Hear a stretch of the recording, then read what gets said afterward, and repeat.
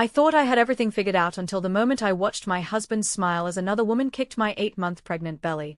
But I'm getting ahead of myself. Let me tell you how a woman who believed in fairy tales became someone capable of the most calculated revenge you've ever heard. Before I dive into this story, I want you to comment below and tell me where you're watching from, because what I'm about to share with you happened in Denver, Colorado. But betrayal? Betrayal is universal. And if you've ever felt like your whole world was a lie, you're going to want to hear every single word of what comes next.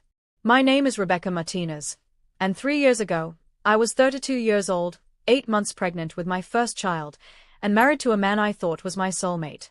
David Chen was everything I dreamed of in a husband: successful, charming, attentive. He owned a thriving architectural firm downtown, the kind of place with floor-to-ceiling windows and modern furniture that screamed success. We lived in a beautiful home in Cherry Creek, the kind with a white picket fence and a perfectly manicured lawn that I spent hours tending to while he worked late nights at the office. Or so I thought. Looking back now, I realize how naive I was. How desperately I wanted to believe in the picture-perfect life we'd built together. David and I had met 5 years earlier at a coffee shop near the University of Denver, where I was finishing my master's degree in social work. He was already established, already confident in that way that drew me in like a moth to a flame. Our courtship felt like something out of a romantic movie: dinners at expensive restaurants, weekend getaways to Aspen, surprise flowers delivered to my tiny apartment. When he proposed on a hiking trail overlooking the Rocky Mountains, with the sunset painting the sky in shades of pink and gold, I cried tears of pure joy. This was it. This was my happily ever after. The pregnancy had been planned, celebrated, cherished. David would place his hands on my growing belly every night, whispering to our daughter about all the adventures they'd have together. We'd already decorated the nursery in soft pastels, assembled the crib together on a Sunday afternoon while snow fell outside our windows. He'd painted a mural of mountains on one wall, telling me he wanted our daughter to dream big from the very beginning.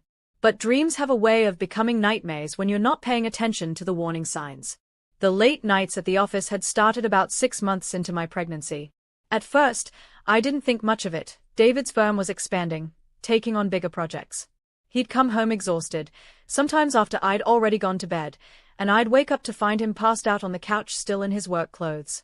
When I'd ask about his day, he'd give me vague answers about difficult clients and demanding deadlines. Then there were the phone calls. Hushed conversations that would stop abruptly when I entered the room. Text messages that made him smile in ways that felt unfamiliar to me. When I'd ask who was texting, he'd say it was just work stuff, nothing important. I wanted to believe him. God, how desperately I wanted to believe him. The changes were subtle at first. He stopped asking about my doctor's appointments. He'd forgotten to come with me to the ultrasound where we found out we were having a girl. When I tried to share my excitement about feeling her kick for the first time, he'd barely looked up from his laptop. I told myself he was just stressed about providing for our growing family. I made excuses for him because the alternative, that the man I loved was pulling away from me, was too painful to consider. If you're watching this and you've ever made excuses for someone who was hurting you, you know exactly what I mean. And if this story resonates with you so far, please hit that subscribe button, because what happened next changed everything I thought I knew about love, trust, and revenge. The morning of David's 35th birthday started like any other day, except I had plans to surprise him. I'd been working for weeks on a special gift, a photo album documenting our journey together, from our first date to our wedding to the ultrasound pictures of our daughter. I wanted to remind him of what we were building together, of the love that had brought us to this moment. I'd also ordered his favorite lunch from the Italian restaurant where we'd had our first date, chicken parmigiana with a side of their famous garlic bread. The smell filled my car as I drove downtown, my 8-month pregnant belly making it difficult to get comfortable behind the wheel. I remember feeling nervous but excited, hoping that this gesture would bring back some of the intimacy we'd lost over the past few months. The receptionist at David's firm, a sweet young woman named Ashley, smiled when she saw me. "Mrs. Chen. What a lovely surprise." "David's in his office. Go right up." She gestured toward the elevator, and I waddled my way across the marble lobby, trying to balance the food containers and the wrapped photo album. His office was on the 7th floor, corner suite with those floor-to-ceiling windows I mentioned earlier. I'd been there dozens of times before, had even helped him choose the artwork for the walls. But as I approached his door that day, something felt different. The hallway seemed quieter than usual, and I noticed that his assistant's desk was empty. I paused outside his office door, hearing voices from inside. David was talking to someone, and there was laughter, intimate, soft laughter that made my stomach clench with an emotion I didn't want to name. I stood there for a moment, telling myself it was just a meeting, just business. But something deep in my gut was screaming that this wasn't business at all. The door was slightly ajar, and through the gap, I could see part of David's desk, part of his chair. I pushed the door open just a little wider, thinking I'd peek in to see if he was free, not wanting to interrupt an important meeting. That's when my world shattered into a million pieces. David was there, but he wasn't alone. And he certainly wasn't in a business meeting. He was kissing a woman, passionately, desperately, the way he used to kiss me. Her long black hair was spilled across his desk, and his hands were tangled in it like she was the most precious thing in the world. The woman was beautiful in that polished, professional way, the kind of beauty that comes from expensive salons and designer clothes. She was wearing a red dress that hugged her curves perfectly, and even from behind, I could tell she was everything I wasn't in that moment. Thin, graceful, not 8 months pregnant and swollen with another man's child. Wait. Another man's child? No. This was David's child I was carrying. But watching him kiss this stranger with such passion, such hunger, I felt like I was the outsider, like I was the one who didn't belong. The lunch containers slipped from my hands and hit the floor with a crash that echoed through the office like a gunshot. The sound of those containers hitting the marble floor was like thunder in the silence that followed. David and the woman sprang apart like teenagers caught by their parents, but the damage was done. I had seen everything. I had seen the way he looked at her, like she was his whole world. I had seen the way she responded to his touch, like they'd done this 1,000 times before. Rebecca. David's voice was barely a whisper, and the guilt written across his face told me everything I needed to know. This wasn't a mistake. This wasn't a moment of weakness. This was a full-blown affair, and I had been nothing but a fool. The woman, and God, she was stunning in person, straightened her dress and smoothed her hair like this was nothing more than a minor inconvenience. She looked at me with cool, calculating eyes that seemed to take in my pregnant belly, my swollen ankles, my messy ponytail, and dismiss me as irrelevant. In that moment, I felt smaller than I ever had in my entire life. "I'm sorry," I stammered, backing toward the door. "I didn't mean to interrupt. I just wanted to surprise you for your birthday, David. I brought lunch, Anne." But David was already moving around his desk, his face a mask of panic and damage control. "Becca, wait. Let me explain. This isn't what it looks like." The woman laughed, actually laughed, at his pathetic attempt to minimize what I'd witnessed. "Really, David? You're going with that line?" Her voice was smooth, confident, with just a hint of an accent I couldn't place. "I think your wife knows exactly what this looks like." My wife. The way she said those words, like they tasted bitter in her mouth, like I was some inconvenient obstacle in her path. The rage that had been building in my chest since the containers hit the floor suddenly exploded into something white-hot and dangerous. "Who are you?" I demanded, stepping further into the office instead of backing away. "Who the hell are you, and how long has this been going on?" David held up his hands like he was trying to calm a wild animal. "Rebecca, please. Let's talk about this at home. Privately." "This doesn't have to." "Privately." I was practically screaming now, and I didn't care who heard me. "You want to talk about privacy? While you've been screwing this woman behind my back. While I'm carrying your child." The woman stood up from where she'd been leaning against David's desk, and I got my first full look at her. She was tall, probably 5'8", with the kind of figure that belonged in magazines. Her makeup was perfect despite having just been thoroughly kissed, and her red dress probably cost more than I spent on groceries in a month. Everything about her screamed money, sophistication, power, everything I felt like I was lacking in that moment. "My name is Vivian Russo," she said, extending her hand like we were being introduced at a dinner party. "I'm a client of David's firm. We're working on a very intimate project together." The way she said intimate made me want to vomit. I ignored her outstretched hand and focused on David, who was looking anywhere but at me. "How long?" I asked again. "How long has this been going on, David?" He ran his hands through his hair, the same gesture he made when he was stressed about work. Except this wasn't about work. This was about him destroying our marriage, our family, everything we'd built together. "It's complicated, Becca. You don't understand." "What's complicated about it?" Vivian interrupted, her voice sharp with impatience. "David, just tell her. We've been together for 8 months. Since right around the time she got pregnant, actually. Funny how that timing worked out. 8 months. 8 months. The words hit me like physical blows. She'd been in his life for my entire pregnancy. All those late nights at the office, all those hushed phone calls, all those times he'd seemed distant and distracted, he'd been with her. While I was growing his child, dealing with morning sickness, preparing our home for our family, he was building a completely different life with someone else. The room was spinning, and I had to grab onto the back of a chair to keep from falling. My daughter was kicking frantically inside me, as if she could sense my distress. I placed a protective hand over my belly and tried to breathe, tried to process what I was hearing. 8 months, I repeated numbly. You've been cheating on me for 8 months. David finally looked at me, and what I saw in his eyes wasn't remorse or guilt. It was annoyance. Like I was interrupting something important, like I was the problem here. It wasn't supposed to happen like this, he said. You weren't supposed to find out like this. How was I supposed to find out? I laughed, but there was no humor in it. Were you planning to tell me? Or were you just going to keep living your double life until our daughter was born and then what? Abandon us for her? Vivian stepped closer to David, placing a possessive hand on his arm. The gesture was subtle but clear. She was claiming her territory, marking what belonged to her. And apparently, my husband belonged to her now. Actually, she said with a smile that was pure poison, that's exactly what's going to happen. David's been planning to leave you for months. We've been looking at apartments together. He just didn't want to abandon you while you were pregnant. He has some misguided sense of responsibility. But once the baby comes... She trailed off with a shrug that said the rest was obvious. Once the baby came, I would be discarded like yesterday's newspaper. 8 years of marriage, reduced to nothing more than an inconvenient obligation. I looked at David, waiting for him to deny it, to tell her she was wrong, to fight for our marriage. But he just stood there, his face guilty but resolute. Everything Vivian had said was true. He was planning to leave me.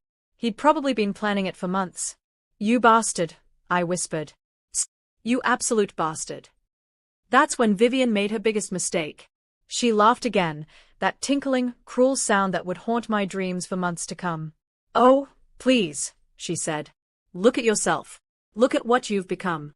Did you really think he'd choose this? She gestured at my pregnant body with obvious disgust, over what I can offer him. I'm successful, beautiful, interesting. I can give him a life of adventure and passion. You're just ordinary. Boring. A placeholder until something better came along. The words cut deeper than any physical wound could have. But it was what happened next that changed everything. What happened next that turned me from a heartbroken victim into someone capable of the kind of revenge that would make headlines. Because as I stood there, absorbing the cruelest words anyone had ever spoken to me, feeling my unborn daughter kicking inside me as if she was trying to protect me from the pain, I made a decision that would alter the course of all our lives. I stepped toward Vivian, my hands clenched into fists at my sides. Get away from my husband, I said quietly. And that's when she made the mistake that sealed her fate. She pushed me. Hard. Right in my 8-month pregnant belly. The impact of Vivian's hands against my pregnant belly sent shockwaves through my entire body. I stumbled backward, my hands instinctively flying to protect my unborn daughter as pain radiated through my abdomen. For a terrifying moment, I thought I might fall, might hit the corner of David's glass desk, might lose everything that mattered in one horrible instant. But what happened next was even worse than the physical assault. David smiled. Not a nervous smile, not an uncomfortable grimace, a genuine, satisfied smile. Like watching another woman attack his pregnant wife was exactly what he'd been hoping for. Like this was his solution to the messy problem of having to choose between his old life and his new one. David. I gasped, still clutching my belly, still trying to process what had just happened. She attacked me. She attacked our baby. But instead of rushing to help me, instead of demanding that Vivian leave his office immediately, David just stood there with that horrible smile on his face.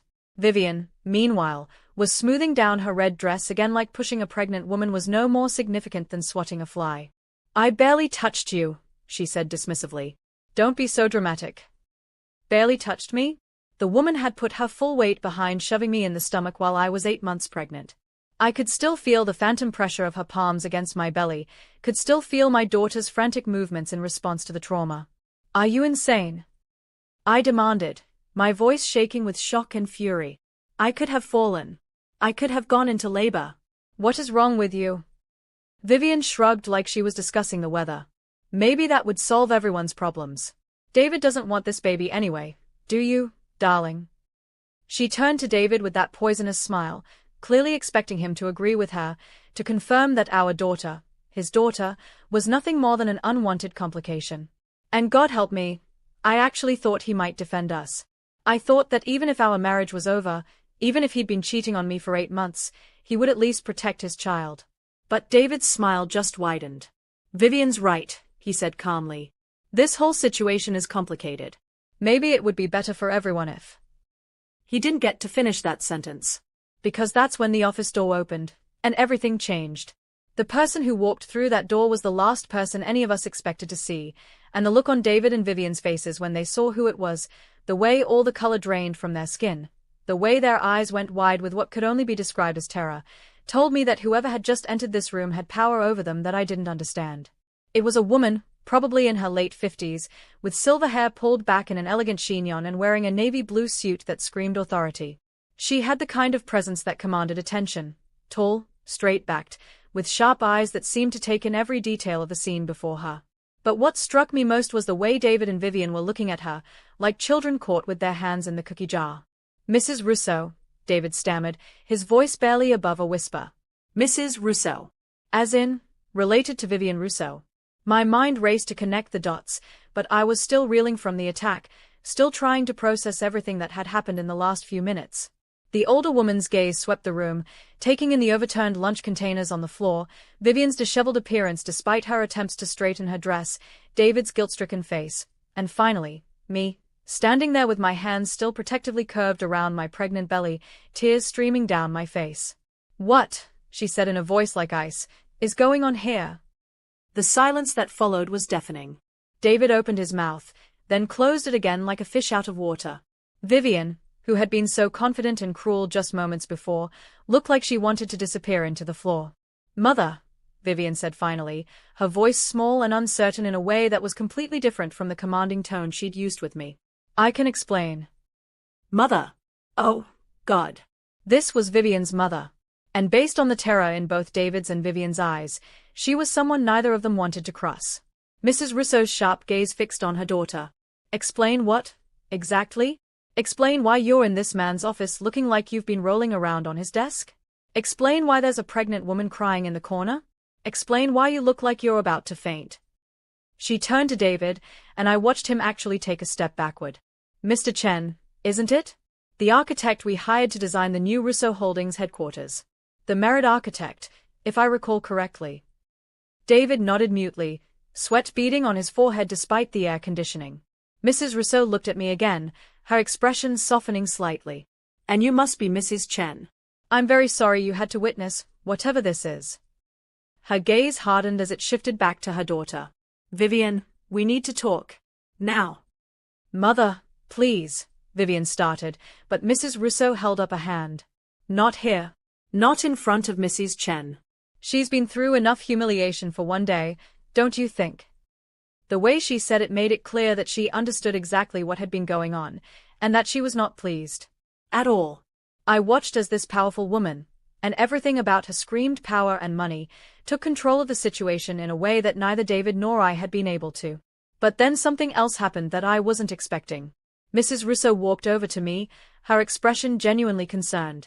"Are you all right, dear? Do you need to sit down? Should I call someone for you?" The kindness in her voice after the cruelty I'd just experienced from her daughter nearly broke me completely. I nodded, not trusting my voice, and she guided me to one of the chairs in front of David's desk. "When are you due?" she asked gently. 4 weeks, I managed to whisper. Mrs. Rousseau's jaw tightened almost imperceptibly. "And your husband has been having an affair with my daughter for how long?" I looked at David, who was staring at the floor like it might open up and swallow him. 8 months, I said. The temperature in the room seemed to drop several degrees. Mrs. Rousseau turned to look at Vivian and David, and I swear I could see actual fury burning in her eyes. 8 months, she repeated slowly. 8 months, you've been carrying on this, whatever this is, while Mrs. Chen was pregnant with your child, Mr. Chen. Mrs. Rousseau, I can explain, David started. No, She cut him off sharply. You cannot explain this.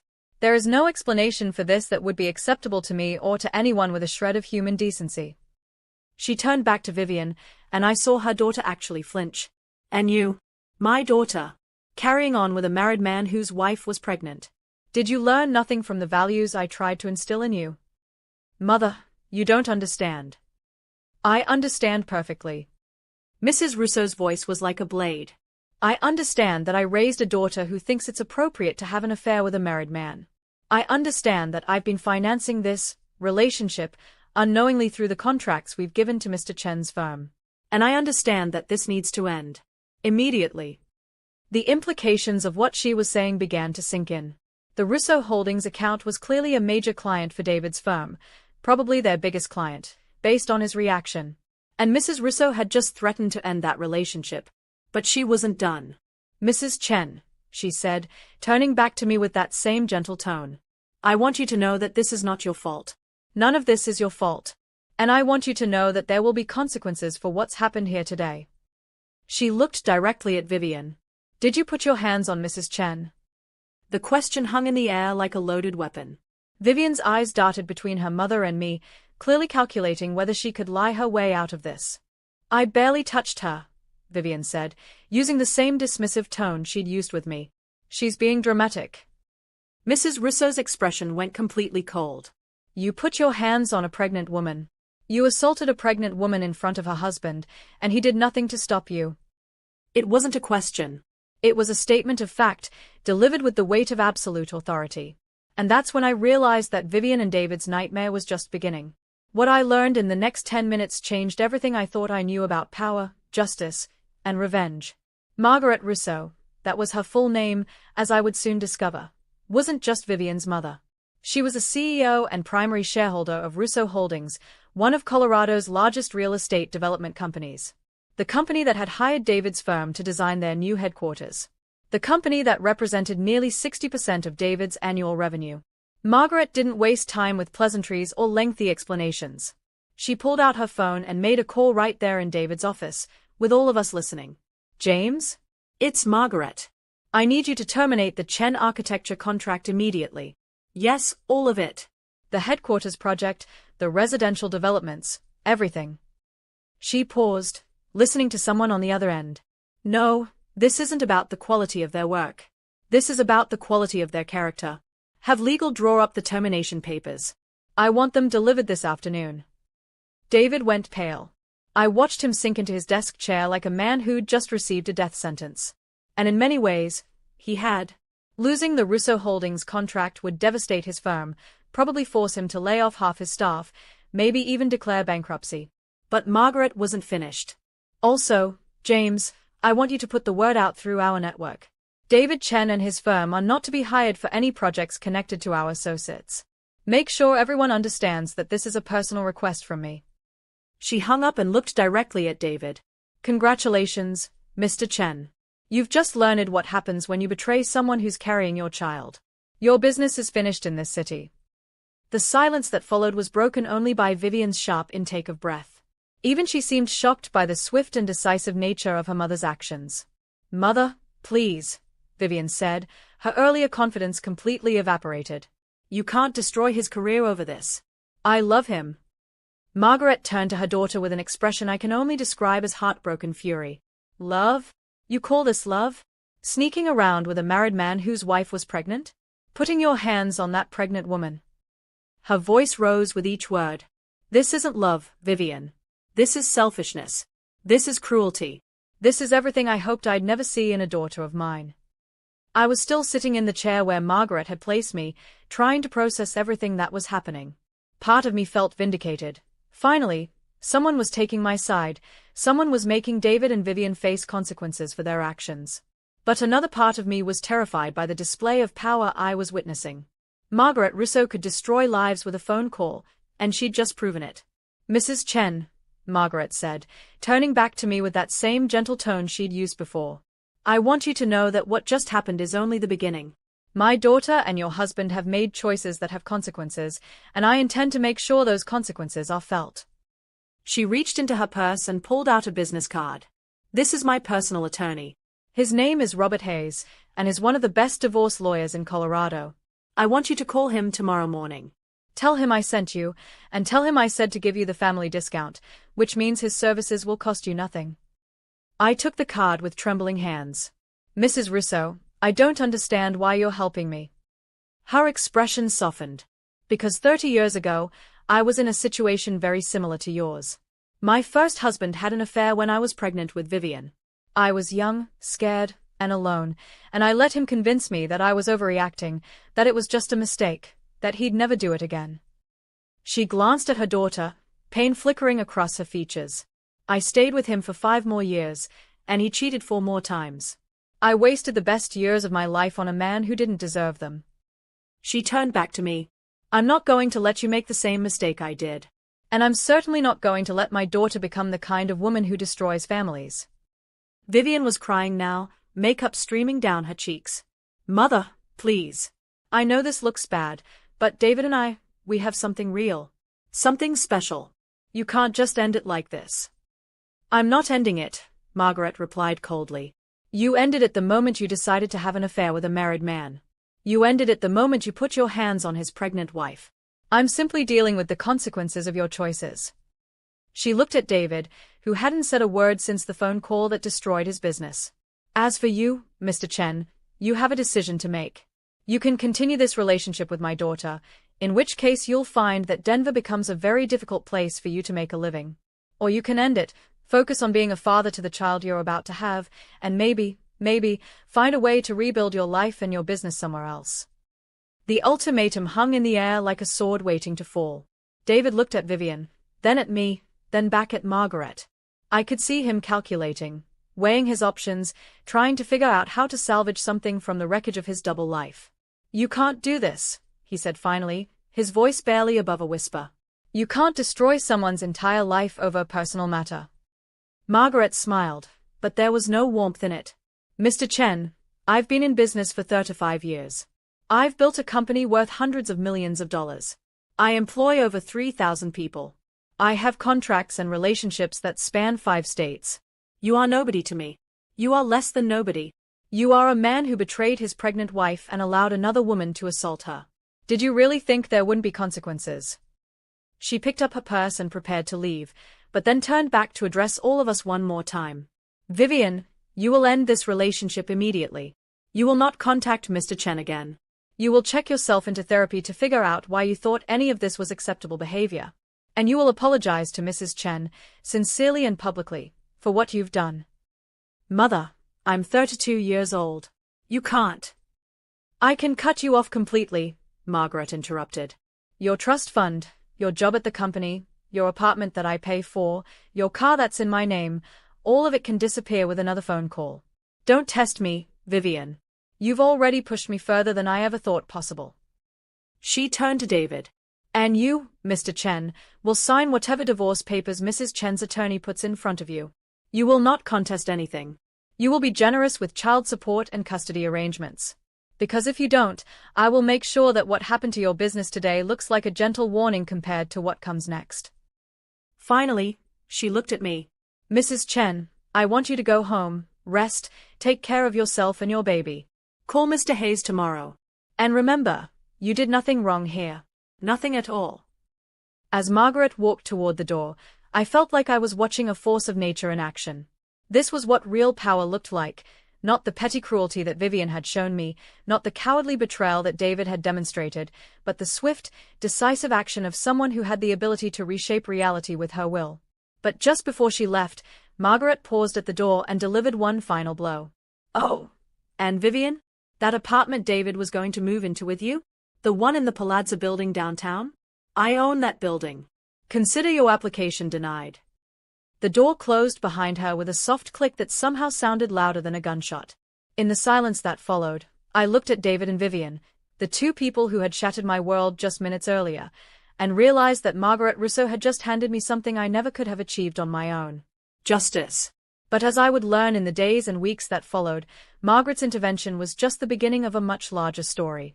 A story that would involve secrets I never saw coming, alliances I never expected, and a form of revenge that went deeper than anything I could have imagined. The days following the confrontation in David's office passed in a blur of phone calls, legal documents, and revelations that kept coming like aftershocks from an earthquake. I called Robert Hayes, Margaret Rousseau's attorney, the morning after the confrontation, and within hours, I understood just how thoroughly my life was about to change. Robert was everything Margaret had promised: sharp, experienced, and surprisingly compassionate for someone who dealt with the wreckage of broken marriages for a living. He listened to my story without judgment, asked pointed questions about our assets and David's business, and then delivered news that left me speechless. "Mrs. Chen," he said, leaning back in his leather chair, "your husband is in a far worse position than even he realizes. The Rousseau Holdings contract wasn't just a major client, it was the foundation his entire business model was built on. Without it, he's going to default on his office lease, his equipment loans, and probably his business insurance within 60 days. I sat there, my hands folded over my pregnant belly, trying to process what this meant. So he's going to lose everything. Not everything, Robert clarified, but close to it. However, that actually works in your favor. Colorado is an equitable distribution state, which means marital assets get divided fairly, but you can't divide what doesn't exist. What we can do is make sure you get first claim on whatever remains, especially for child support purposes." The irony wasn't lost on me. David had risked everything for his affair with Vivian, and now that affair was going to cost him everything. Margaret Rousseau had orchestrated his downfall with surgical precision, and I was the beneficiary of her calculated revenge. But Robert had more surprises for me. "There's something else," he said, pulling out a thick folder. "Mrs. Rousseau asked me to investigate your husband's finances as part of the divorce proceedings. What I found was interesting." He opened the folder and spread several documents across his desk. Bank statements, credit card bills, receipts, all dating back 8 months, all painting a picture of David's affair that was far more elaborate than I'd imagined. "Your husband has been spending significant money on this relationship," Robert explained. "Expensive dinners, jewelry, weekend trips to luxury resorts. In the past 8 months, he's spent over $40,000 on Vivian Rousseau." $40,000. I stared at the numbers, trying to comprehend the magnitude of David's betrayal. While I'd been carefully budgeting for our baby's arrival, clipping coupons, and comparing prices on everything from diapers to car seats, he'd been showering his mistress with expensive gifts and romantic getaways. "But here's the really interesting part," Robert continued. "Most of these expenses were paid for with business credit cards and disguised as client entertainment or business development costs. That's tax fraud, Mrs. Chen. And possibly embezzlement, depending on how his business partnerships are structured." My head was spinning. Tax fraud? Embezzlement? I'd married a man I thought was honest, ethical, someone who'd built his business through hard work and integrity. Now I was learning that he'd been committing crimes to finance his affair. "What does this mean for me?" I asked.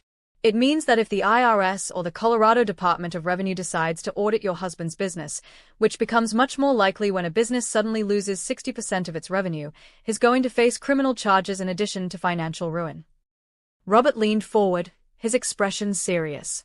"Mrs. Chen, I want you to understand something. What happened in that office wasn't just adultery. Your husband has been systematically betraying you on multiple levels, emotionally, financially, and legally. The affair was just the tip of the iceberg." As I drove home from Robert's office that afternoon, I felt like I was seeing my marriage, my entire life, with completely new eyes. How had I missed so much? How had I been so blind to what David was really doing? But the revelations weren't over. That evening, my phone rang. The caller ID showed a number I didn't recognize, but when I answered, the voice on the other end was familiar in the worst possible way. "Rebecca? This is Vivian." My first instinct was to hang up immediately. I had no desire to speak to the woman who had attacked me and destroyed my marriage. But something in her tone, a desperation I hadn't heard before, made me pause. "What do you want, Vivian?" "I need to talk to you. In person. There are things you don't know, things about David that you need to hear. I think I've heard enough about David for one lifetime. Please." Her voice cracked. "I know you have no reason to trust me, but there are things my mother doesn't even know. Things that could affect your baby, your future. Give me 10 minutes. That's all I'm asking." Against my better judgment, I agreed to meet her at a coffee shop near my house the next morning. I told myself it was closure, that hearing whatever she had to say would help me move forward. But deep down, I think I knew that Vivian Rousseau was about to upend my world all over again. She was already there when I arrived, sitting in a corner booth with her hands wrapped around a coffee cup like it was an anchor. Gone was the polished, confident woman from David's office. This version of Vivian looked tired, scared, and years older than she had just days before. "Thank you for coming," she said as I awkwardly lowered myself into the seat across from her. "I wasn't sure you would." "I almost didn't. Start talking, Vivian. What is it you think I need to know?" She took a shaky breath. "David isn't who you think he is. He isn't who I thought he was either, until recently." I wanted to laugh at the absurdity of her statement. Really? The man who's been cheating on his pregnant wife isn't who I thought he was? What gave you that impression? "It's not about the affair," she said quickly. "It's about everything else." "Rebecca, David has been lying to both of us about things that go way beyond our relationship." She reached into her purse and pulled out a manila envelope, sliding it across the table to me. "I hired a private investigator after my mother destroyed his business. I wanted to know what kind of man I'd fallen in love with, what kind of life we could really build together." I stared at the envelope without touching it. "And David isn't just cheating on you with me," Vivian said quietly. "There's another woman. In Sacramento. Her name is Lisa Park, and she's been his mistress for over 2 years." The words hit me like a physical blow. Another woman? Another affair? How many lies could one marriage contain? "That's not all," Vivian continued, her voice barely above a whisper. "Lisa has a son. A 3-year-old boy named Tyler. David is his father." The coffee shop around me seemed to fade away. Everything went quiet except for the sound of my own heartbeat thundering in my ears. David had another child. A son. A son he'd never told me about, never mentioned in all our talks about starting our family, never included in any of our plans for the future. "I don't believe you," I said, but even as the words left my mouth, I knew she was telling the truth.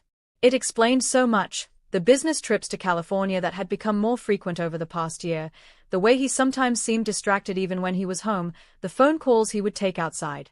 "Look at the pictures," Vivian urged, nodding toward the envelope. "Look at the bank records. David has been sending Lisa money every month for 3 years. $2,000 a month in child support for a son you didn't know existed." With trembling hands, I opened the envelope. The first thing I saw was a photograph of David pushing a small boy on a swing set, both of them laughing. The child had David's eyes, David's smile. There was no question who his father was. Below the photographs were bank statements showing regular transfers to Lisa Park, dating back years. Below those were copies of text messages between David and Lisa, discussing everything from Tyler's preschool to his doctor's appointments to when David would next be able to visit. "She doesn't know about me," Vivian said quietly. "And she doesn't know about you." David told her he was divorced, that he was just waiting for the paperwork to be finalized before they could be together openly. I was going to be sick. I pushed the photographs back into the envelope and tried to focus on breathing. 3 women. David had been juggling 3 different relationships, 3 different lives, 3 different sets of lies. I was married to a stranger. Worse than a stranger, I was married to a sociopath. "Why are you telling me this?" I asked when I could finally speak. Vivian's eyes filled with tears. "Because when my mother destroyed his business, I thought it was unfair. I thought she was being too harsh, too controlling. I was ready to stand by David, to help him rebuild, to fight for our relationship." She wiped her eyes with a napkin. "But then I found out about Lisa and Tyler, and I realized that I'm not the other woman in your marriage. I'm just another victim in David's web of lies." She leaned across the table, her expression intense. "Rebecca, there's more. David has been planning to take Tyler and run. He's been moving money into offshore accounts, getting ready to disappear before the divorce proceedings could freeze his assets." "What do you mean, disappear?" "I mean leave the country. He has contacts in Singapore through his architectural work. He was planning to take Tyler and start over there, leave both of us behind to deal with the mess he created." The magnitude of David's deception was overwhelming. He wasn't just a cheater. He was a man who had been systematically planning to abandon his pregnant wife, steal another woman's child, and flee the country to escape the consequences of his actions. "There's one more thing," Vivian said, her voice so quiet I had to lean forward to hear her. "Lisa is pregnant too. She's 5 months along." 4 women. 4 lives. David had destroyed all of us with his lies, his selfishness, his complete inability to be honest about anything that mattered. But as I sat there in that coffee shop, surrounded by the wreckage of everything I'd believed about my husband, I felt something unexpected rising inside me. Not just anger or hurt or betrayal, though I felt all of those things. What I felt was a cold, calculating fury that was unlike anything I'd ever experienced. David thought he could juggle 3 women, father children he would abandon, commit fraud and theft and probably a dozen other crimes, and then disappear to start fresh somewhere else while we all dealt with the consequences of his actions. He was wrong. Margaret Rousseau had shown me what real power looked like. Now it was time for me to learn how to use it. Vivian, I said, looking directly into her eyes, I want you to help me destroy him. She blinked, surprised by the steel in my voice. What do you mean? I mean David Chen is about to learn what happens when you betray the wrong women. All of us. At the same time. And that's when I began planning the kind of revenge that would make Margaret Rousseau's swift business destruction look like child's play.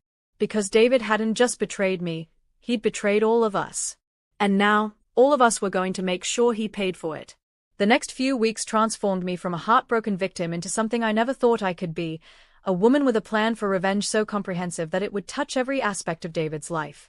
But I couldn't do it alone, and the most unlikely alliance in the world was about to form in my living room. It started with a phone call to Lisa Park in Sacramento. I'd spent 3 sleepless nights staring at the photographs Vivian had given me, studying the face of David's other son, trying to wrap my mind around the fact that my husband had been living multiple lives with multiple women. But what kept me awake wasn't just the betrayal, it was the realization that Lisa was as much a victim as I was, maybe more so. She thought she was David's girlfriend, that he was divorced, that they were building a future together.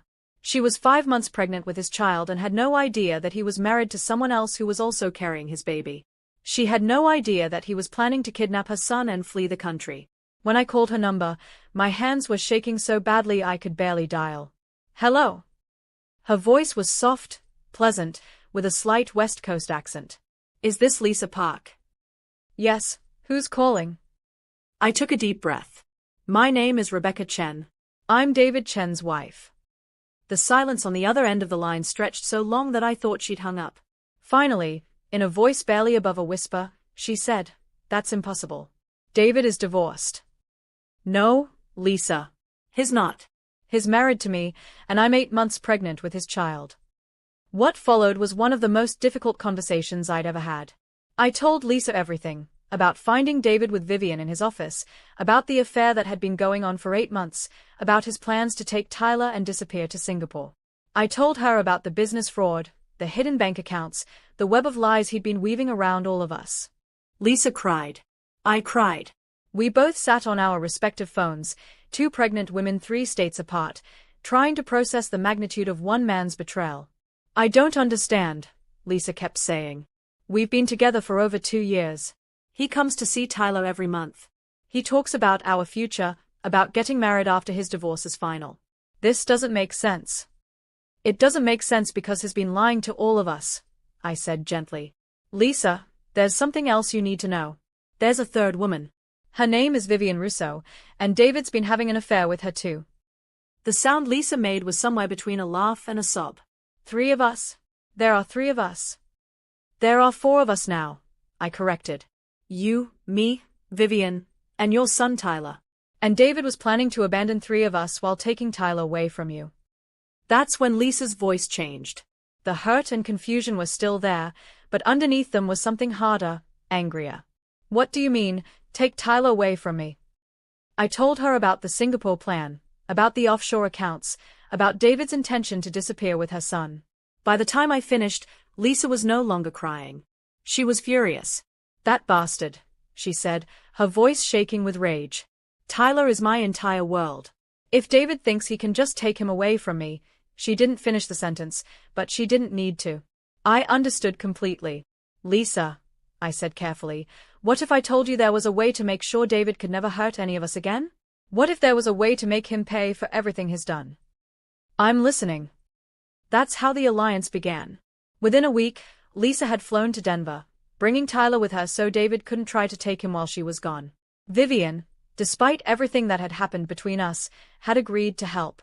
And Margaret Rousseau, when I called to tell her about the expanded scope of David's deceptions, had offered resources I never could have imagined. My dear, Margaret said when I finished explaining about Lisa and Tyler and the Singapore plan. Your husband isn't just an adulterer. He's a criminal. And criminals need to face justice. The four of us, Lisa, Vivian, Margaret, and I, met in Margaret's downtown office on a grey October morning, just days before my due date. It was surreal, sitting around that conference table with three women who had been brought together by one man's lies. Lisa was smaller than I'd expected, with short black hair and intelligent dark eyes that missed nothing. She kept Tyler close to her side, this beautiful little boy who looked so much like David it was startling. Vivian was subdued, clearly still processing the fact that she'd been just another victim in David's schemes. Margaret was all business, treating this like any other corporate strategy session. Ladies, Margaret began, we have a problem. David Chen has committed numerous crimes: fraud, embezzlement, child endangerment, conspiracy to commit kidnapping. He's hurt all of us, and he was planning to hurt us more. The question is, what are we going to do about it? I want him in prison, Lisa said bluntly. I want him to pay for what he was planning to do to Tyler, and I want to make sure he can never hurt another woman the way he's hurt us.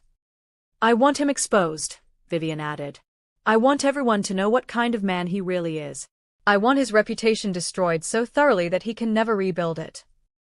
I want justice, I said quietly. Real justice.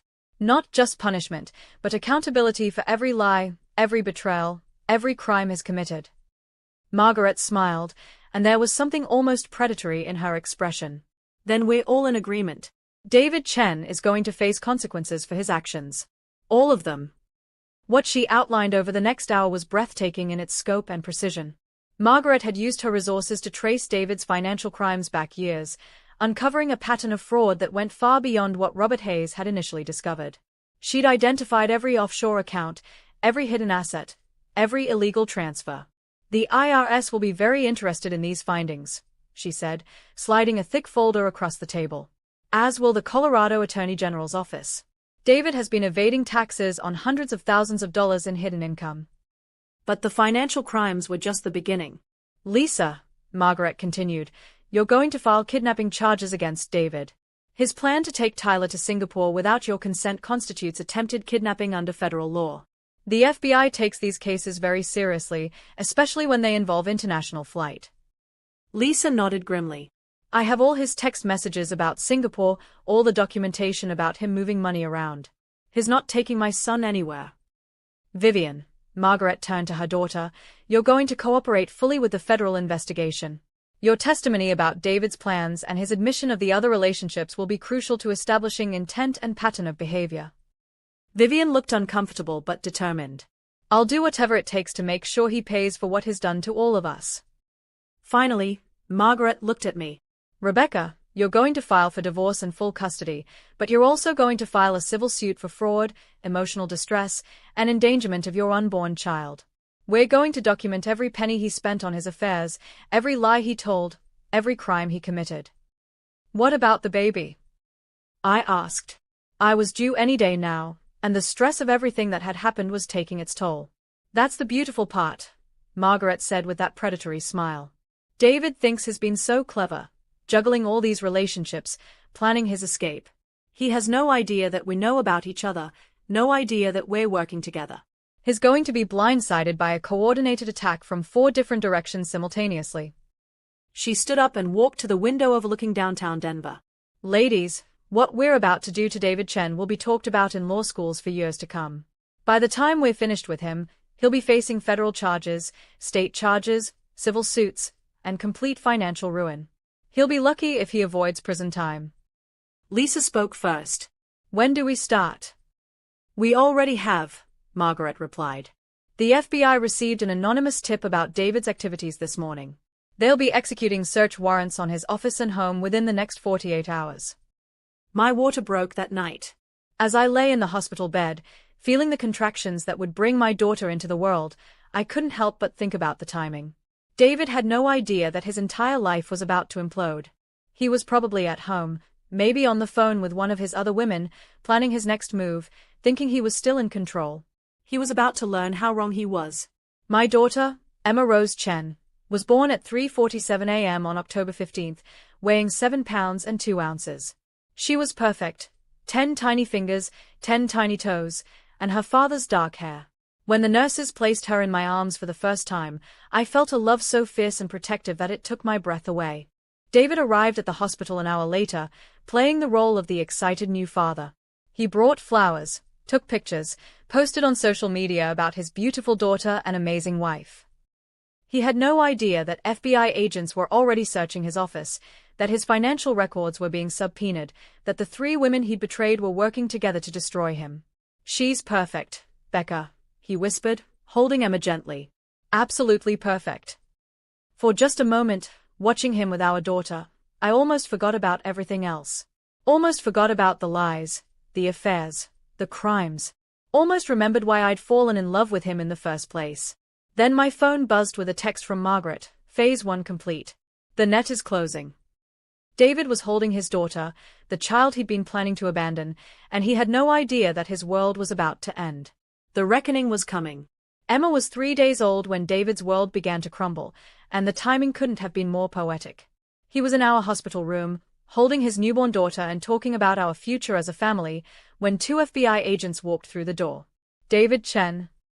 The lead agent, a tall woman with gray streaks in her brown hair, flashed her badge. "I'm Agent Sarah Martinez with the Federal Bureau of Investigation. We need to speak with you about some serious allegations that have been brought to our attention." The color drained from David's face so quickly I thought he might faint. He looked at me, then at Emma sleeping peacefully in his arms, then back at the agents. "I don't understand." "What allegations?" "Mr. Chen, you're under investigation for conspiracy to commit kidnapping, wire fraud, money laundering, and tax evasion," Agent Martinez said calmly. "We've executed search warrants on your office and residence, and would like you to come with us for questioning." I watched as David's carefully constructed world began to collapse in real time. His hands were shaking as he gently placed Emma back in her bassinet, and when he looked at me, I saw something I'd never seen before, genuine fear. "Becca, I don't know what this is about," he said, his voice barely above a whisper. "This has to be some kind of mistake." But I did know what it was about. Margaret, Lisa, Vivian, and I had spent weeks building the case against him, documenting every crime, every lie, every betrayal. The FBI investigation was just the beginning. "Mr. Chen," Agent Martinez continued, "you have the right to remain silent, but we're hoping you'll cooperate with our investigation. There are several women who have made serious allegations about your conduct, and we have financial records that suggest significant criminal activity." David's eyes widened. "Several women? What women?" That's when Agent Martinez smiled, and I recognized something familiar in her expression, the same cold satisfaction I'd seen in Margaret Rousseau's eyes. "Why don't you come with us, and we can discuss that at the federal building?" As they led David away in handcuffs, I held Emma close and felt a mixture of emotions I couldn't entirely sort through. Relief that he was finally facing consequences. Satisfaction that our plan was working. But also a strange sadness for the man I'd thought I married, the father I'd wanted Emma to have. My phone rang before the elevator doors had even closed behind them. "Rebecca? It's Margaret. I assume you saw the news." "They just took him," I said. "Right here in the hospital room." "Good. That's just the opening move. By the end of the week, David Chen will understand what it means to betray the wrong women." She wasn't exaggerating. What happened over the next 5 days was like watching a controlled demolition, each explosive charge carefully placed and timed for maximum destruction. On day 1, the FBI search of David's office uncovered the offshore bank accounts and the evidence of his plan to flee to Singapore with Tyler. Lisa's testimony about his threats to take her son triggered federal kidnapping charges. On day 2, the Colorado Attorney General's office filed tax evasion charges based on the hidden income Margaret's investigators had uncovered. The amount was staggering, over $200,000 in unreported income over 3 years. On day 3, Vivian went public with her story. She held a press conference downtown, standing next to Margaret, and told the entire city about David's affair, his lies, and his plans to abandon his pregnant wife. The local news picked up the story, then the regional papers, then the national media. "Architect's Web of Lies Exposed" was the headline in the Denver Post. On day 4, Lisa filed civil suits for fraud and emotional distress, seeking damages for the 2 years of lies and the trauma of discovering David's plan to kidnap her son. Her attorney released a statement detailing David's systematic deception of multiple women. On day 5, I filed for divorce and full custody of Emma, accompanied by a civil suit that documented every crime David had committed against our marriage.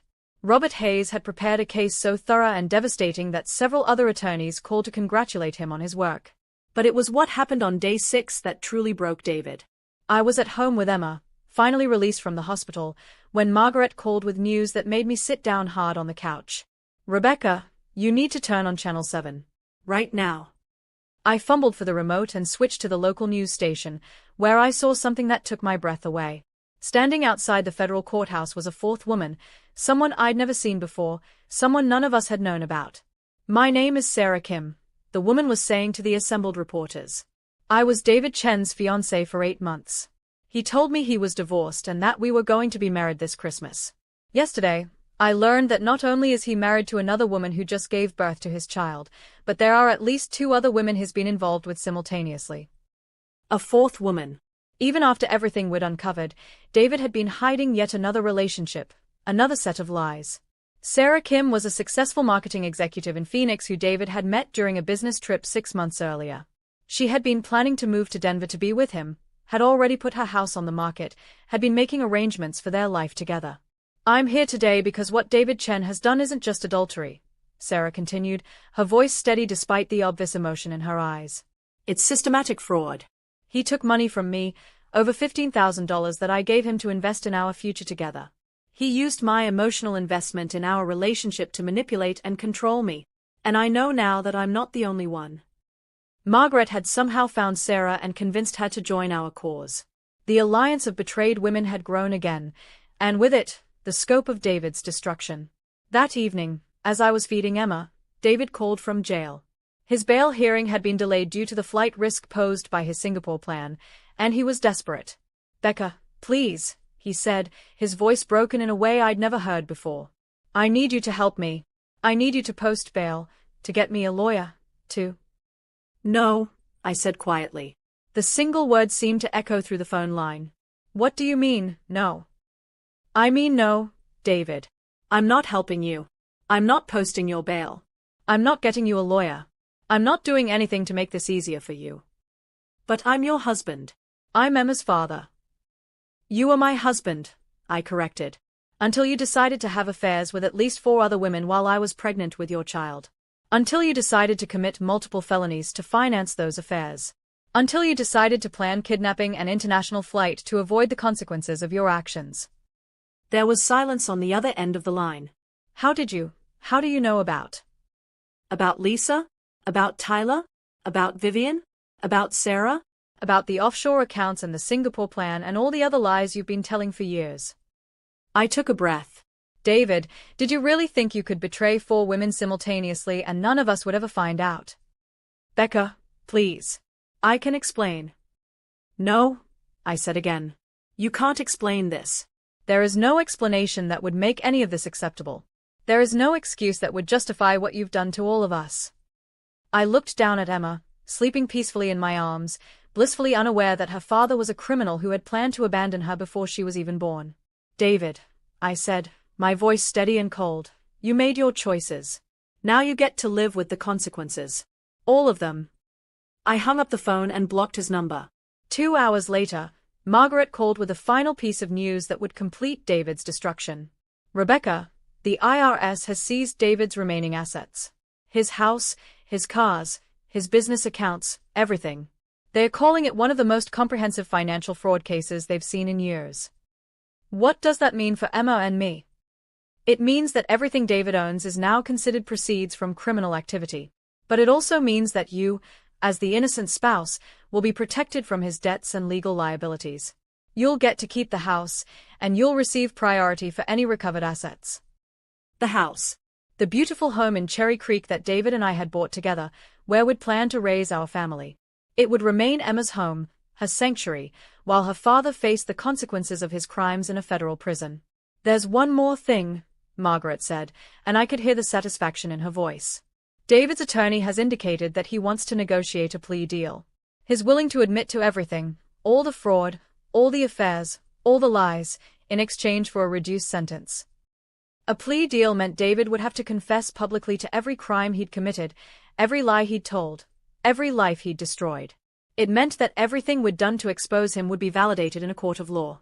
How long? I asked. If he takes the deal? Probably 5 to 7 years in federal prison. If he fights it and loses, he could get 15 to 20. 5 to 7 years. Emma would be in elementary school before her father was released from prison. She would grow up knowing that her father was a criminal who had abandoned her mother and planned to abandon her. But she would also grow up knowing that her mother and 3 other women had refused to be victims. She would know that when faced with betrayal and injustice, we had chosen to fight back. She would know that women who stand together can achieve justice even against men who think they are untouchable. As I held my daughter that night, listening to her soft breathing, I felt something I hadn't felt in months. Peace. David's reckoning was complete.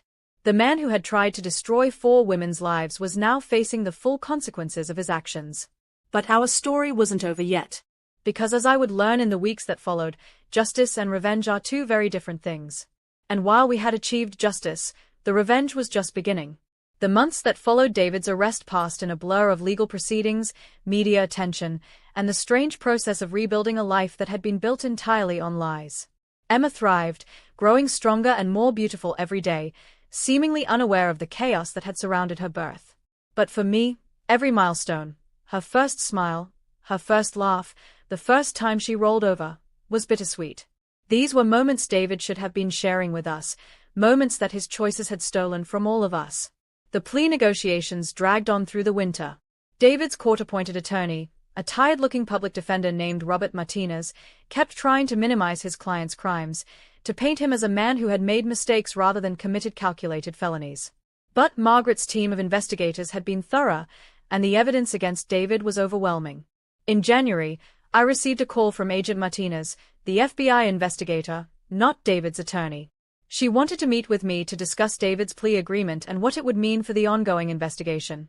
"Mrs. Chen," she said as we sat in a downtown coffee shop, "I want you to understand something about what you and the other women accomplished. In 20 years with the Bureau, I've never seen civilians build such a comprehensive case against a white-collar criminal.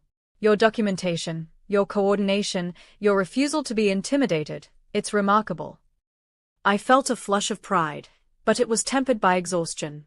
We just wanted him to face consequences for what he'd done. And he will. The plea agreement we're negotiating will send him to federal prison for at least 6 years, possibly 8. But I want to prepare you for what comes next.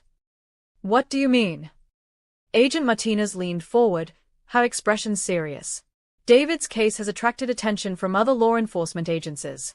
The methods he used, the multiple identities, the offshore accounts, the systematic fraud, they are seeing patterns that suggest he might not be the only one doing this. The Attorney General's office is launching a broader investigation into financial fraud in the architecture and construction industries. The implications of what she was saying began to sink in. David hadn't just been a cheating husband, he'd been part of something larger, something that might have victimized dozens of other families. Are you saying there are other men like David? I'm saying that what happened to you, Lisa, Vivian, and Sarah might not be isolated incidents. We're finding evidence that suggests David learned these techniques from someone else, that there might be a network of professionals who use their positions to defraud clients and manipulate multiple relationships. The thought made me sick. How many other women were living the lie I had lived? How many other children were growing up with fathers who led double or triple lives? What do you need from me? We need you to keep doing what you've been doing. Keep documenting everything, keep talking to other victims when they come forward. And they will come forward. Your story has already inspired 3 other women to contact us about similar experiences with other men. As I drove home from that meeting, I realized that what had started as personal revenge had evolved into something much larger. We weren't just seeking justice for ourselves anymore, we were potentially exposing a pattern of abuse that could help protect other women from going through what we'd experienced. But the personal toll was enormous. In February, David finally accepted a plea agreement. In exchange for a guilty plea to charges of wire fraud, tax evasion, and attempted kidnapping, he would serve 7 years in federal prison and pay restitution to all of his victims. The plea hearing was scheduled for March 15th, almost exactly 5 months after Emma's birth. Margaret called me the night before the hearing. "Are you ready for tomorrow?" she asked. "I don't know." "How do you get ready to watch your daughter's father confess to being a criminal?" There was a long pause. "Rebecca, I want you to know something. What you've done over these past months, the strength you've shown, the way you've fought for justice not just for yourself but for all of David's victims, it's extraordinary. You've become someone I deeply respect and admire." "I don't feel extraordinary," I said quietly. "I feel tired and sad and angry that Emma will grow up without a father because he chose to be a monster." "Emma will grow up with something more important than a father," Margaret replied. "She'll grow up with a mother who refused to be a victim, who stood up for herself and for other women. She'll grow up knowing that justice is possible, even when it seems hopeless." The plea hearing was held in a downtown courthouse that I'd driven past hundreds of times but never entered. The building was imposing, all marble and brass and American flags, the kind of place where serious consequences were handed down for serious crimes. Lisa had flown in from Sacramento with Tyler, who was now almost 4 and still didn't fully understand why his daddy was going away for a long time. Vivian was there, looking pale but determined. Sarah had driven up from Phoenix, bringing with her a folder of documents that detailed every lie David had told her, every dollar he'd taken from her. We sat together in the gallery, 4 women who had been brought together by one man's betrayal, now united in watching him face justice. David looked terrible. He'd lost weight in jail, and his hair had gone gray at the temples. He wore an orange jumpsuit instead of the expensive suits I was used to seeing him in, and his hands were shackled to a chain around his waist. When he turned to look at us before the hearing began, I saw something in his eyes that I'd never seen before, genuine remorse. But it was too little, too late. Judge Patricia Yamamoto was a stern-looking woman in her 60s who had clearly seen enough criminals to be unimpressed by David's appearance or circumstances. She reviewed the plea agreement with methodical precision, asking pointed questions about each charge, each crime, each victim. "Mr. Chen," she said finally, looking directly at David, "do you understand that by accepting this plea agreement, you are admitting to systematically defrauding 4 women, evading federal taxes on over $200,000 in unreported income, and planning to kidnap a minor child with the intent of fleeing the country?" "Yes, Your Honor," David said, his voice barely audible. "And do you understand that your actions have caused immeasurable harm to these women and to your children, including the daughter who was born while you were planning to abandon her?" David's voice broke. "Yes, Your Honor." "Mr. Chen, in 30 years on this bench, I have seen many criminals. I have seen men who committed crimes of passion, men who made single terrible decisions, men who were driven to illegal acts by desperation or addiction." Judge Yamamoto's voice was like ice. "You are not one of those men. You are a man who spent years building elaborate lies, who manipulated multiple women simultaneously, who stole money from your business to finance your deceptions, and who planned to destroy several lives to avoid facing the consequences of your actions." She paused, letting her words sink in. "The sentence I am about to impose reflects not just the crimes you've committed, but the calculated, predatory nature of your behavior. You will serve 8 years in federal prison, followed by 3 years of supervised probation. You will pay full restitution to all victims, including child support for the son you plan to kidnap and the daughter you plan to abandon. And you will be permanently barred from working in any fiduciary capacity, no access to client funds, no business partnerships, no positions of financial trust." 8 years. 2 more than we'd expected, 1 more year than Emma's current age. She would be 9 years old before her father was released from prison. As the bailiff led David away, he turned one last time to look at us. His eyes found mine across the courtroom, and I saw him mouth the words, "I'm sorry." But sorry wasn't enough. Sorry would never be enough. Outside the courthouse, the 4 of us stood together in the pale March sunlight, processing what had just happened. Tyler was playing with a toy car, oblivious to the magnitude of what had just occurred. Emma was sleeping peacefully in her stroller, her tiny fist curled around my finger. "It's over," Vivian said quietly. "It's finally over." But I knew it wasn't over. Not really. Because while David would serve his time and eventually be released, the consequences of his actions would ripple forward for years, 4 decades. Emma would grow up with questions about her father. Tyler would struggle to understand why his daddy had tried to take him away from his mommy.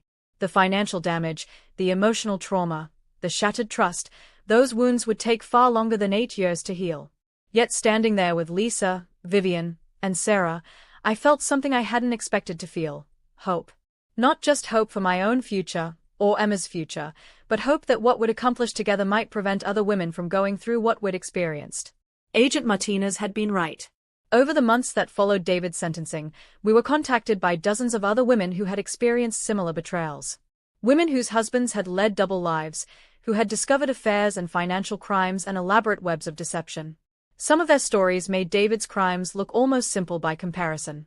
Margaret formalized our alliance by founding the Women's Justice Initiative, a non-profit organization dedicated to helping victims of financial and emotional fraud. Lisa moved to Denver and became the organization's first director. Vivian, despite everything that had happened, used her business connections to help other women rebuild their lives after betrayal. Sarah returned to Phoenix but stayed involved as a board member and victim advocate. As for me, I went back to school to become a forensic accountant, specializing in uncovering financial fraud in divorce cases. I wanted to make sure that other women would have the tools to discover the truth about their partners' hidden lives, to gather the evidence they needed to protect themselves and their children. Emma thrived. By her first birthday, she was walking and babbling and filling our house with laughter in ways that helped heal the wounds David had left behind. She would grow up in the same beautiful house in Cherry Creek, but it would be filled with different energy now. The energy of women who had refused to be victims, who had fought back and won. Sometimes, late at night when Emma was sleeping, I would think about David in his federal prison cell and wonder if he understood the magnitude of what he'd lost. Not just his freedom, not just his career, but the chance to watch his daughter grow up, to be part of her life in all the ways that mattered. But mostly, I tried not to think about David at all. Because the story wasn't about him anymore. It was about what happened when women decided they deserved better than lies and betrayal and abandonment. It was about what happened when victims became allies, when individual pain became collective power. The revenge we'd planned had evolved into something bigger than any of us had imagined, a movement to help other women find their own justice, their own power, their own happy endings. And that transformation, that evolution from victims to advocates to champions of justice, that was the most complete revenge of all. 3 years have passed since that March afternoon when David was sentenced to federal prison, and as I write this, Emma is running around our backyard, chasing butterflies and laughing with the pure joy that only a 4-year-old can possess. She has her father's dark hair and his determined chin, but her eyes are all mine, bright and curious and completely unafraid of the world. She doesn't know her father is in prison. She doesn't know about the affairs or the lies or the betrayal that brought her into a world where her mother was fighting for survival. All she knows is that Daddy lives far away and can't visit right now, but Mommy loves her more than all the stars in the sky. Someday, when she's older, I'll have to tell her the truth. I'll have to explain why her father isn't part of our daily lives, why there are news articles about our family that she might find online, why her mother wrote a book that became a bestseller and started a foundation that helps other families recover from betrayal. When that day comes, I hope she'll understand that the story of her father's crimes is also the story of her mother's strength. I hope she'll be proud that when faced with unthinkable betrayal, I chose to fight back not just for myself, but for every woman who came before me and every woman who would come after. The Women's Justice Initiative has grown beyond anything Margaret, Lisa, Vivian, Sarah, and I could have imagined. We've helped over 300 women uncover financial fraud in their marriages. We've assisted in prosecutions that have sent dozens of men to prison for crimes they thought they'd never be caught committing. We've recovered millions of dollars in hidden assets for women who thought they'd lost everything. But more than that, we've changed the conversation about what it means to be a victim of betrayal. We've shown that women don't have to accept lies and manipulation as the price of love. We've proven that even the most elaborate schemes can be unraveled when victims become allies. Lisa still lives in Denver, and Tyler calls me Aunt Becca. He's 7 now, starting 2nd grade, and has never asked why his father went away. Children are remarkably resilient when they are surrounded by love and honesty, and Lisa has built a life for them that's filled with both. Vivian surprised everyone, including herself, by becoming one of our most effective advocates. Her experience with David taught her something valuable about recognizing manipulation and deception, and she's used those hard-won insights to help other women identify warning signs in their own relationships. She never married, never had children, but she found purpose in protecting others from the pain she experienced. Sarah returned to Phoenix and rebuilt her marketing career, but she stayed connected to our cause. She's the one who suggested we write a book about our experience, not just the crimes David committed, but the process of how we came together to seek justice. The Alliance of the Betrayed became a bestseller within 6 months of publication, and the proceeds funded the expansion of our nonprofit work to 5 additional states. Margaret Rousseau became something of a legend in business circles, known not just for her corporate success but for her willingness to use her power to help women who had been victimized by men they trusted. She's in her late 60s now, officially retired from running Russo Holdings but more active than ever in our foundation work. Emma calls her Grandma Margaret, and I think Margaret loves being part of our chosen family as much as we love having her in it. As for David, he's served 4 years of his 8-year sentence at a minimum security federal prison in Colorado. I receive updates on his status through the victim notification system, but I don't think about him often anymore. He's become a cautionary tale, a name in news articles and legal textbooks, rather than the man who once shared my life and my dreams. He's written me letters from prison, dozens of them over the years. Letters filled with apologies and excuses and explanations for his behavior. Letters promising that he's changed, that he's found God or therapy or some other path to redemption. Letters asking about Emma, begging for photos, pleading for the chance to be part of her life when he's released. I've never responded to a single one. Not because I'm cruel, but because there's nothing left to say. David made his choices, and now he lives with the consequences. My energy, my focus, my love, it all goes to Emma now, and to the work we're doing to help other women find their own paths to justice. But I do keep one of his letters, folded in the back of Emma's baby book.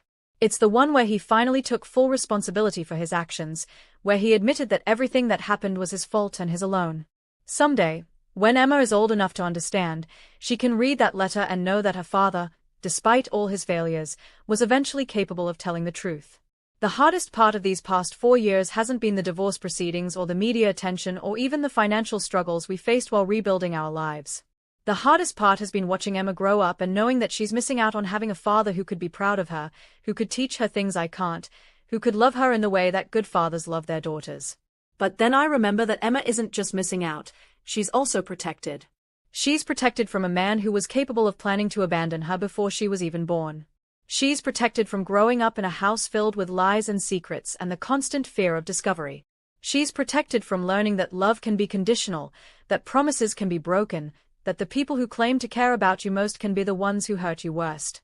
Instead, Emma is growing up in a house filled with truth. She knows she's loved unconditionally. She's surrounded by strong women who refuse to be victims, who chose courage over comfort, who built something beautiful from the ashes of betrayal. She's learning that justice is possible, that women can be powerful, that families come in all different forms and what matters is love, not convention.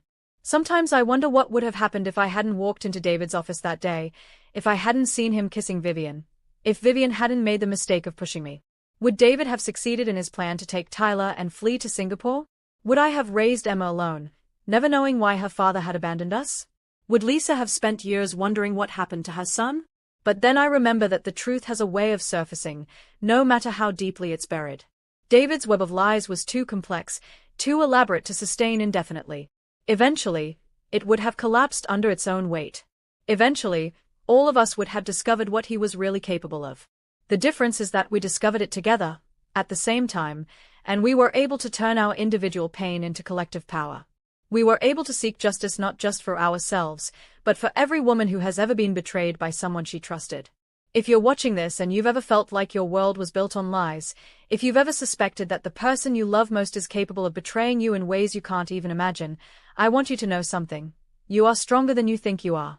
You deserve better than secrets and manipulation and conditional love. And you are not alone. The Women's Justice Initiative has a website, a hotline, resources for women who are just beginning to uncover the truth about their relationships. We have lawyers and investigators and forensic accountants who specialize in cases like ours. We have support groups and safe houses and a network of women who understand exactly what you're going through. More than that, we have hope. Hope that justice is possible. Hope that women can support each other through the worst betrayals. Hope that children can grow up healthy and happy even when their fathers fail them. Hope that love, real love, honest love, unconditional love, is not only possible but worth fighting for. Emma is 4 years old now, and she's never known a world where her mother was a victim. She's only known a world where her mother was a fighter, a survivor, a woman who refused to accept less than she deserved. When she gets older, when she faces her own challenges and heartbreaks and moments when she has to choose between being a victim and being a victor, I hope she remembers the story of how her mother and 3 other women took down a man who thought he was untouchable. I hope she remembers that justice delayed is not justice denied. I hope she remembers that the truth, no matter how painful, is always better than a beautiful lie. And I hope she remembers that she comes from a long line of women who refuse to be broken, no matter what the world throws at them. That's the legacy I want to leave her. Not the story of her father's betrayal, but the story of her mother's refusal to be defeated by it. That's the legacy I want to leave for every woman who watches this, every woman who reads our book, every woman who calls our hotline in the middle of the night because she's just discovered that her whole life is a lie. You are not alone. You are stronger than you know. And justice, real justice, is not just possible, it's inevitable when women stand together and refuse to be silenced. Thank you for listening to my story. Thank you for being part of this community. And thank you for believing that women deserve better than lies, better than betrayal, better than men who think our love makes us weak instead of powerful. We are not weak. We are not victims. We are not broken. We are the women who fight back. We are the women who seek justice. We are the women who refuse to let our children grow up in a world where betrayal goes unpunished. And that, more than any revenge I could have planned, is the victory that matters most. If this story resonated with you, if it gave you hope or courage or just the knowledge that you're not alone in your pain, please share it. Please subscribe to our channel and follow our work. Please remember that every woman who finds the strength to seek justice makes it easier for the next woman to do the same. Your support means everything. Your courage inspires everything we do. And your story, whatever it is, wherever you are in your journey, matters more than you know. Until next time, remember, you deserve a love that doesn't require you to lose yourself. You deserve a truth that doesn't come with conditions. And you deserve a justice that recognizes your worth, your strength, and your refusal to be anyone's victim. Thank you for watching. Thank you for listening. And thank you for being part of the alliance of women who refuse to stay silent in the face of betrayal. We see you. We support you. And we're here when you're ready to fight back.